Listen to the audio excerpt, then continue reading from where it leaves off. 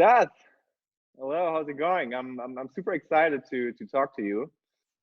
Just want to share what's going on with you, share some of my experience, how I feel right now, what I'm going through right now, especially in these, let's say, different times, challenging times, and just want to check on you.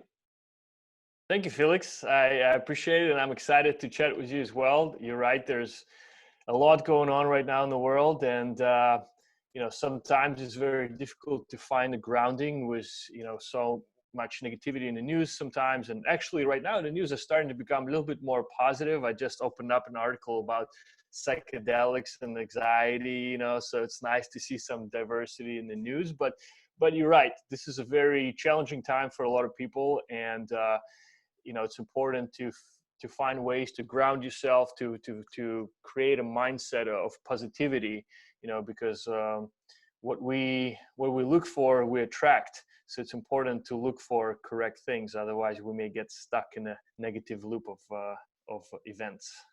That is very true, and I have a feeling that especially right now when we're all isolated, quarantined all over the world, we can do just so much working out physically. But I think even right now, it's even more important to also work on your mind. Let's say, work on your mental health, especially in these times, especially if you're maybe living on your own right now, being quarantined. Oh, Um, absolutely. Because the mind is going nuts. There's so much energy. Usually we have a lot of opportunities to discharge that energy. We go to the gym, or we go swim in the ocean. We go for a hike with the dog. We interact with friends. There's a lot of ways for us to discharge that energy. But now a lot of people are at home. Many of us are not able to leave. And so what's happening is that all of this energy goes into worrying. You worry more and more, anxiety, it can spiral down to depression or just negativity. And it's important and that's why we see a lot of domestic abuse right now as well, is because this energy is pent up here, and then it just needs to discharge. And a lot of times it just manifests into arguments, or if you're by yourself, in all kinds of anxiety and depression. So it's important to develop different practices and rituals in order to discharge it, on daily basis. right. So for somebody like me who had to really figure out what kind of habits to develop, what kind of new habits to develop in this time. It was interesting to see, and especially you always say something. So some might say you have to develop new habits, but it's actually easier said than done. I had the feeling because for me, habits have so much to do with the environment you live in. So if you've been stuck, or if you've been living in the same environment day after day, month after month, year after year, it is super hard to develop new habits. So that is why habits is super closely tied to your environment. And as we are right now, this is new environment for all of us. So this is in my case, it's a new environment for me. I'm living completely on my own. I don't see anybody. And it's also an opportunity for me. I've felt an opportunity for me to develop new habits, just because this is this new environment I'm temporarily living in right now. So I took it more as an opportunity to develop those new habits. So what are kind That's of a new? great. Yeah, I'm Go just ahead. curious. What kind of new habits maybe you develop, or what you got into in the last couple of? Okay, how long is it going on already? Like month or two? Yeah, I think it's, for me, it's week 7 or so, maybe week 8. But yeah, it's a great time to actually go within and to discover yourself a lot more, because there's very few distractions now. Again, before, you can distract yourself by, you're feeling a little bit lonely, or you're feeling a little bit down, you can go hang out with your friends, or you can go to the movies, you can go to a bar and have a drink, and kind of just distract yourself with whatever's going on inside.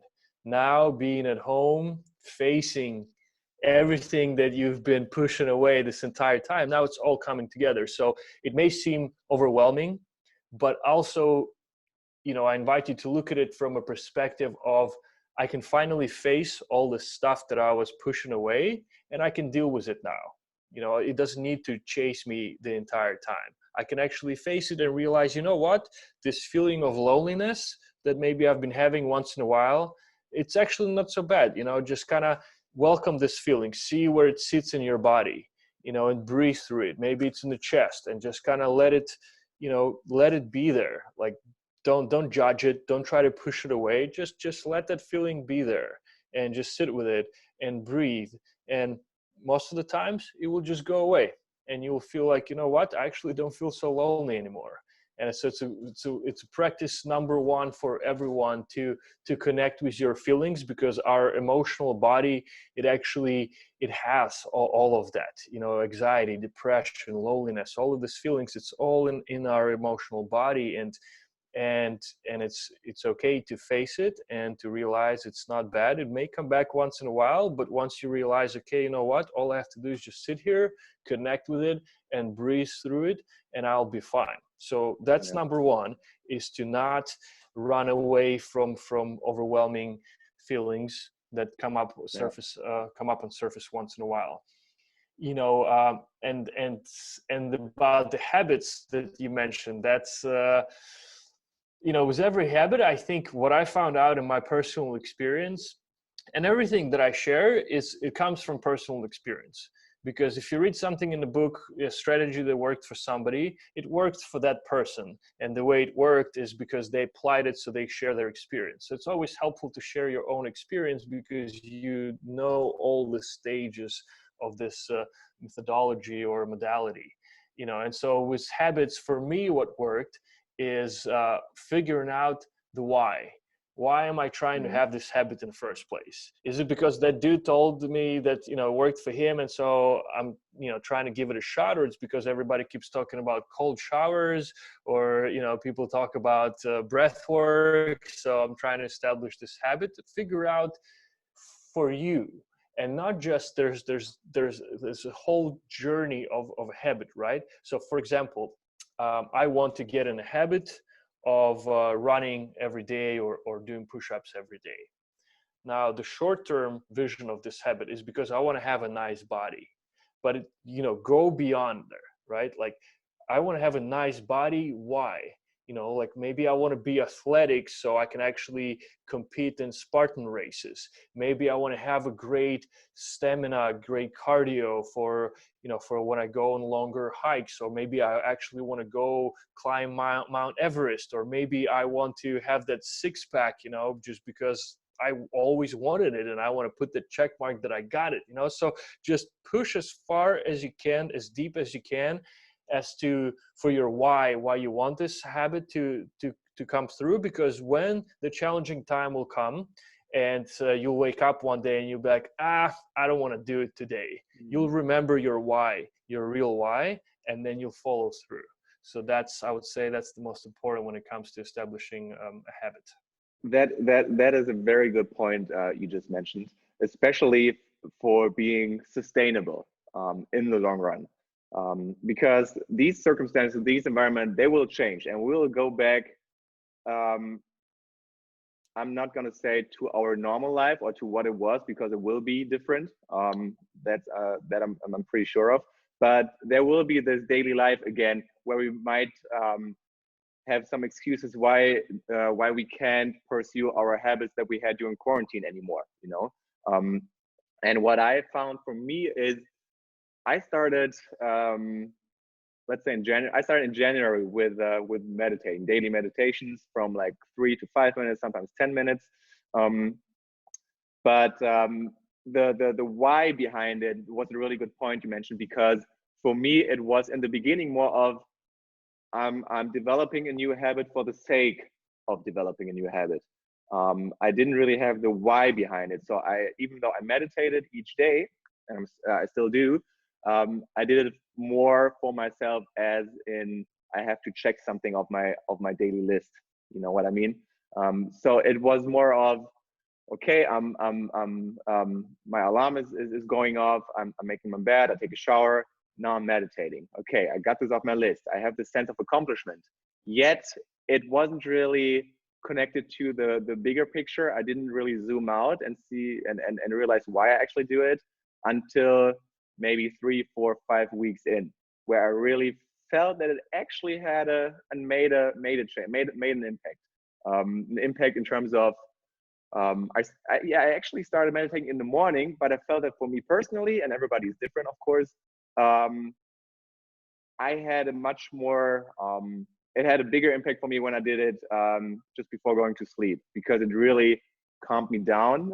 All those thoughts I had during the day, I could just zoom out, take a look on my views, actually, on my beliefs, on my thoughts, and somehow just see pass them by, and go to this like calmer state of mind where I don't have all those feelings, those thoughts before going to sleep, and actually can sleep.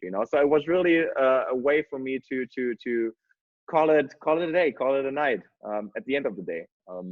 And this is really something where you have to stick with, I felt, because it's very easy to just give it up after 2 or 3 weeks, because it's still this just checking off your list thing.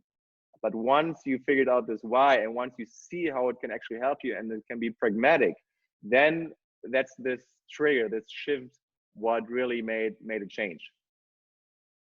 Absolutely. And there's the different aspect to this why also, and it's funny because I feel like I mentioned exactly the same words in one of my recent podcasts. I said the same thing, that I used to do this for the check mark. And then until I realized this whole check mark approach was not working. It wasn't real. It was like an artificial way of trying to do something good for yourself, but deep inside, that's like you're not really doing it in an authentic way. And so what I came down to, which actually a slogan of my Think Clever podcast, it says, live with intention. And so everything that I do now, I try to look at it through this lens of intention. What is my intention behind this action? And it's very closely connected to the why, right? So again, like, what is my intention with meditation? Am I doing this because everybody says I should be doing this? What am I trying to get from meditation? And for a very, very long time, I meditated for the check mark. I did gratitude journaling for the check mark, just to say that I've done it. And then I realized, you know what? It's not about quantity, it's about quality. Me meditating every day, but sitting there and thinking about what I'm going to do next, and the emails I need to respond, like, this is it's bullshit. It's not like a authentic meditation, right? And then I realized, okay, I'm really going to give it a shot. I'm really going to sit there and not expecting anything, because that's not the point of meditation. The point is not to not have any thoughts. The point is to disengage from the thought process. If you have a thought, observe it. Okay, I'm having a thought, I'm thinking about this cookie, that's great, but I am observing myself, that I'm having this thought. And now let's let it go and focus again on silence or on a mantra. So reading mantra, repeating mantra once in a while during the meditation, it helps to clear the mind. So as long as you're in this process, you're observing, then it's okay that the thoughts come. That's not the point, to have a very thoughtless mind. That's So what is, never going to happen. just to sorry to interrupt you real quick, but what is, because I had to learn it myself and actually look it up. So what is a mantra? When you say just look at and saying the mantra again, what is a mantra? So a mantra is, it could be a word, or it could be, a collection of multiple words, but it's a sacred sound. It's, it could be made of, like, for example, Om. You can repeat Om, or you can repeat Ram. So different words, sacred sounds that they also have a lot of meaning, in them. And so you can just repeat one word over and over, or you can repeat a collection of a few words.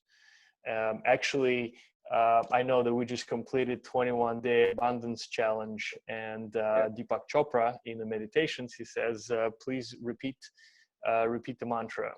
And so we have, you have, and I have, we have few words that we can repeat once in a while during the meditation, which is very helpful. By the way, I want to apologize for my connection because I'm in Portugal in the forest, and this is the best Wi-Fi I could get. Hopefully, the stuff that we're discussing here is still being preserved. That's totally fine. I bet that most people are not even interested that much in seeing our faces, but more in the in the content we share. So it's all good, you know. So should I just take off my shirt and just go tank top? Yeah, I know. I mean, I just dressed a little up here for this, but as you know, I'm wearing my shorts, you know, it's all fine. But it's very interesting, and I actually want to go back to this point where you said about being overwhelmed in quarantine, being overwhelmed by the circumstances, or that you said, hey, domestic violence is increasing because we're just so overwhelmed and we're not used to living so either so close to each other, if you're living with your significant other or with your children, every day 24/7, or just by your own and by your own with your own thoughts. But I see it from two different angles, and I'm curious what your take is on that. So the one view is that, hey, this quarantine, like this one side is saying this quarantine gives you so much more time, and it gives you this opportunity to do something new, you know, like we sometimes find ourselves saying, oh man, if I would have only have 30 days, 60 days, 90 days to do this and that, I would be changing the world, I would do this and that. Now we actually have the time, or maybe we don't have the time. It's because it's interesting to see, because at the end of the day, the day still has only 24 hours, you know, and we still have to work, even though we're working from home. We still have to eat, we still have to sleep. So even though it seems we have so much more time, somehow we don't. And I really don't want to, and I've seen it a lot through social media, whether it's Instagram, Facebook, or you name it, that you see another challenge. You see another challenge of doing this. You see another challenge of making banana bread. You see another challenge of what books have you read, how many push-ups you've done. But I just want to say it's totally fine to also not change during this. It's not a requirement to change and to go out of quarantine, to come out of quarantine and be a completely new. Nobody is going to blame you for that, even though sometimes it seems social media is pressuring you, forcing you to do something. You have to be creative, you have to do this and that, you know, and you have to play the guitar, you have to learn this. No, you know, you don't have to write a novel coming out of this. It's totally fine. But then again, the other side is, hey, actually somehow we have this time, this new time right now, where we are more at home and on ourselves, so we can actually test out something new. So I just wanted to see what your take is on that, and what's the balance is always a strong word, but what is maybe the right balance, or yeah, what are your thoughts on that? Yeah, no, I think it's there's always two sides of the coin to this, right? And because there's two types of people, right? There's some people who are stuck at home and they're in a melancholic state, and they don't really, they need the motivation to get fired up and actually go do something, right? There's other people who are overwhelmed, you know, with stuff. There's so much stuff going on for them that they actually need rest, right? So you can't just take one advice and apply it to absolutely everyone. And that's why we get in situations like, you know, comparing yourself to others. You know, there's people who are already doing enough stuff in their life, and they actually need this quarantine to just rest and do nothing. You know, just go for walks, lay in the garden all day, you know, just do stuff that you normally cannot afford to do, like relax and don't do anything, right? So if those people pick up the phone and they go on Facebook and Instagram and they say like, oh, new challenge, you know, transform yourself in 60 days, write a novel, right? Like they are already doing plenty of stuff, you know, so they need to just shut that phone and just go disconnect, you know? So for those people, the advice is do nothing. You know, like, please do nothing, you know. But then for others that are like they have all this energy and they're just like, I don't know what to do. I feel so frustrated. I just keep eating all day, opening my fridge, and I'm, was on the Zoom call with my friends talking about nothing all day, then yeah, like pick up a new language, pick up, like learn how to play guitar. So there's always two sides to the situation. So that's why it's important to check in with yourself. Nobody knows you better than you do. If somewhere deep inside there, that you could be doing more, that you could be more of service, that you could get out of your comfort zone and do stuff, then go ahead and do it. But if deep inside, what, I have been busting my ass and working so hard, and there is nothing wrong with just doing nothing for a few weeks, not trying to write a novel, not trying to learn to play guitar, just hang out, just stare at the sky, at the stars, or out in nature, or at the wall, whatever is next to you. Just listen to yourself. That's the advice. Yeah, that's totally true. And I really think some might think being bored is really or is considered bad, but if you have the luxury of being bored, then you really have to embrace it. Being bored is actually a good thing. I have the feeling, because being bored. Well, having time is a good thing. Being bored is not when you don't know what to do with that time. That's like, it's kind of like a torturous state, because you're walking around, you're thinking, something is off. Like I need to, but I don't know what, right? And that's that feeling of boredom where you have no fire ignited within, because you're not applying anything, right? So having free time, that's awesome. You have free time, you can, because let's say sitting out in nature and just looking out at the horizon for 2 hours can be considered boring, but it's actually one of the best spiritual practices, just gazing, so to somebody it may seem like, man, this guy's so bored, he's just been staring in the same spot for 2 hours now, but to you may have understood yourself in ways you've never looked upon yourself like that, so that was the best practice to you. So very, very tricky word game, but again, coming back to inside, how do you feel inside? Do you feel like you're wasting time just doing stuff that doesn't matter? Or do you feel like, right now I need nothing? Right now I want to appreciate myself doing nothing. For example, I want to share a personal example that I've been working on a couple of weeks ago. It's been pointed out to me by one of my teachers, is that I tend to do things, trying to accomplish things, because they're connected to my self-worth and my value. So I feel valuable and worthy of things, like love and success, when I accomplish certain tasks in a day. So the challenge from my teacher was, well, I want you to do absolutely nothing throughout the day and still connect with that feeling of worthiness, that you're valuable just as you are, without accomplishing any to-do list, nothing. And that, to me, that was my challenge, because that's the true self-worth, like it's not supposed to be conditional. That is very true. And I've also figured, I've read so much. I got super interested in the mindfulness topic and the conscious topic, especially in times like this right now, training your mind, everything around also mental health. I mean, there is so much, just say, out there about.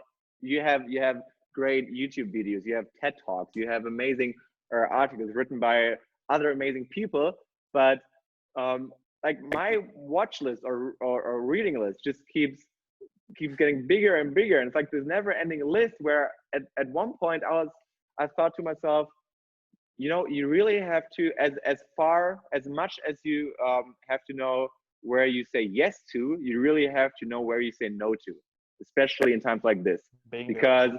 Because this is then otherwise this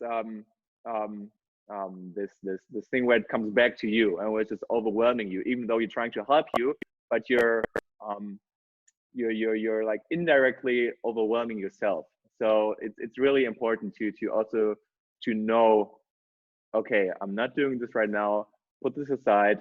Maybe I'm not even doing this at all, and this is totally fine. So in the end, it's an act of balance, but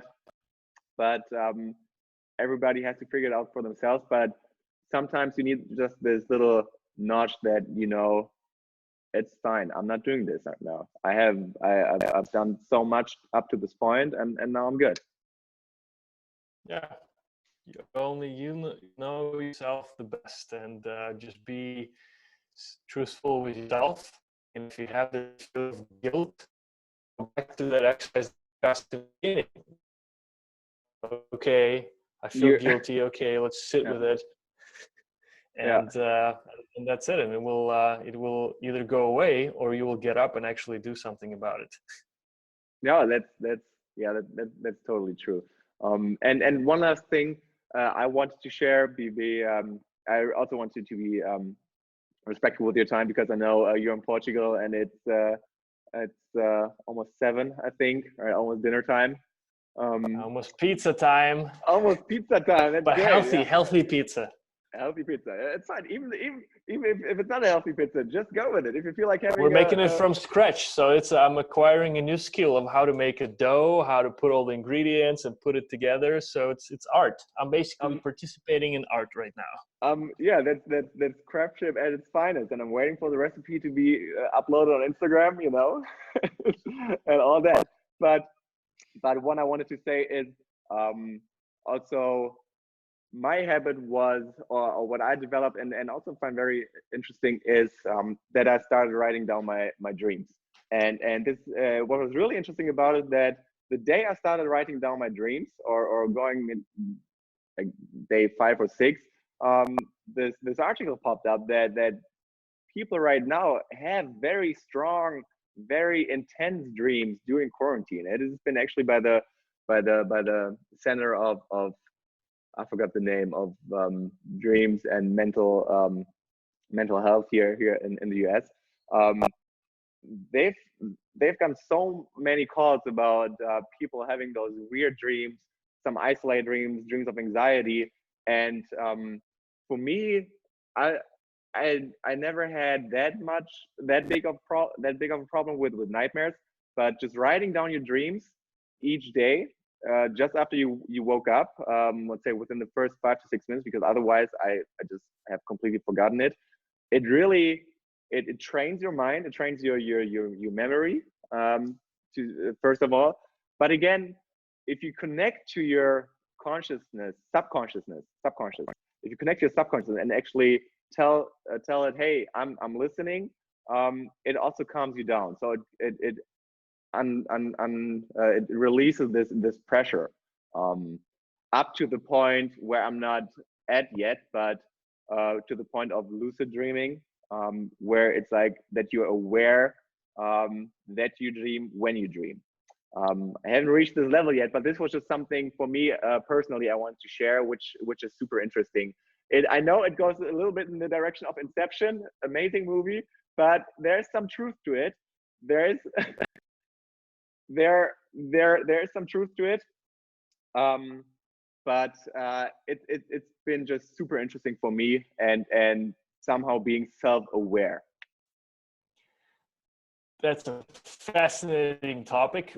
We could probably do another podcast just on dreaming and then dreams in general. Yes, I definitely explored that avenue many times, and what I would say right now is, your body communicates with you through your dreams. When we're asleep, nervous system, that's when we are doing all of our recuperation, rejuvenation, and to keep it light, keeping a journal is great, to track it, right? But then also there's a couple things that you can do. Let's say if you're having not so pleasant dreams, then maybe before going to bed, it's very important to do a digital detox few hours before going to bed. Because if you're overstimulating yourself, let's say it was then it blocks your pineal gland from releasing melatonin. actually going into the deep sleep, and then therefore you break certain cycles. Doing a digital detox, obviously avoiding all the negative media and all kinds of stuff like that as well. Take an Epsom salt bath. So, you know, essential oils, so many different things that you can do in order to calm yourself down. And then you can reduce the unpleasant dreams. Obviously, Right. the pleasant ones, it's great to connect yourself, see what's happening there, and journal and keep exploring. And also, one last thing, to set up an intention before you go to bed. So you can maybe connect with your higher self or whatever you feel comfortable with, and ask for great guidance in this dream state to learn what you need to learn. So you're not just going for the ride, you're actually participating in this great adventure. Great, great. Yes, it is absolutely right, and I think that was a really good ending point. Really valuable concluding point, and thank you so much for your time. That was super interesting, and super insightful for me. Hopefully Felix, to everybody who's listening too. Enjoy your pizza, and I'm looking forward to talking to you soon, buddy. until next time. See ya. Bye.